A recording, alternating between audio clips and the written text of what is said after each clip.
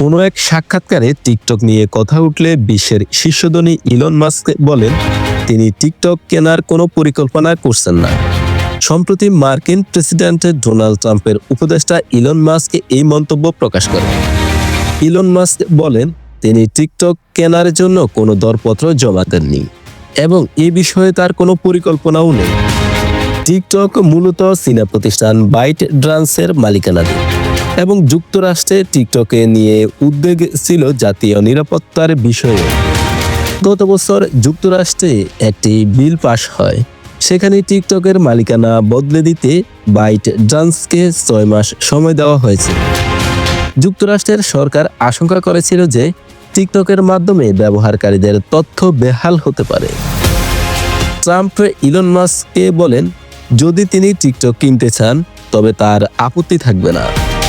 তবে Elon Musk বলেছেন তিনি টিকটক ব্যবহার করেন না এবং এটি কেনায় তিনি আগ্রহী নন। তিনি বলেন এটার সঙ্গে আমি খুব একটা পরিচিত নই এবং আমি এটা কেনার ইচ্ছা পোষণ করছি না। এছাড়া 2022 সালে ইলন মাস্ক $4,400 দিয়ে টুইটার কিনে সেটির নাম পরিবর্তন করে এক্স রাখেন, যা তিনি বাক স্বাধীনতার সুরক্ষায় কিনেছিলেন।